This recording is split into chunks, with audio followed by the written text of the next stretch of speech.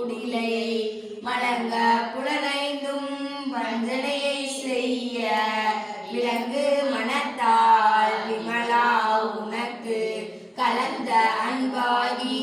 கசிந்து உள்ளுருகும் நலந்தான் இல்லாத சிறியேற்கு நல்கி நிலந்தன்னில் வந்தருளி நீழ்கடல்கள் காட்டி நாயிற்கடையாய் கிடந்த அடியேற்கு தாயில் சிறந்த தயாவான தத்துவனே மாசற்ற ஜோதி மலர்ந்த மலர் சுடரே